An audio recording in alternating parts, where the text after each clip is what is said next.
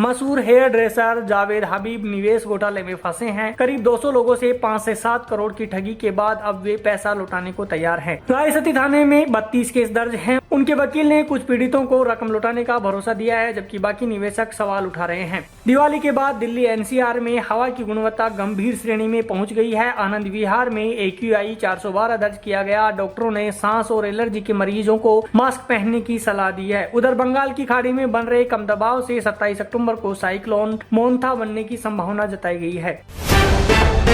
भारत ने Sydney one day में Australia को 9 विकेट से हराया। 237 रनों के लक्ष्य का पीछा करते हुए कप्तान रोहित शर्मा ने शानदार 121 रन बनाए, जबकि विराट कोहली 74 रन बनाकर नाबाद रहे। टीम इंडिया ने सीरीज 2-1 से अपने नाम की और बल्ले बॉल दोनों से शानदार प्रदर्शन किया। साराभाई वर्सेस साराभाई फिल्म अभिनेता सतीश शाह का निधन हो गया।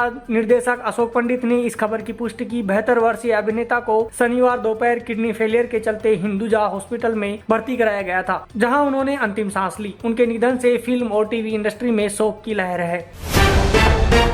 अभिनेता परेश रावल ने अजय देवगन की फिल्म दृश्यम 3 का ऑफर ठुकरा दिया। उन्होंने कहा कि स्क्रिप्ट शानदार थी, पर जो किरदार उन्हें मिला वह उन्हें उत्साहित नहीं कर पाया। परेश ने कहा कि एक्टर को वही रोल करना चाहिए जिसमें मजा आए, सिर्फ अच्छी स्क्रिप्ट काफी नहीं होती। ऋषभ शेट्टी स्टारर कांता चैप्टर 1 ने 800 करोड़ की कमाई कर साल की सबसे बड़ी हिट बन गई है। इसने विक्की कौशल की फिल्म छावा को भी पीछे छोड़ दिया। बिना बड़े प्रचार के रिलीज हुई इस फिल्म ने बॉक्स ऑफिस पर तहलका मचा दिया है और इसे अब तक का सबसे सफल प्रोजेक्ट कहा जा रहा है।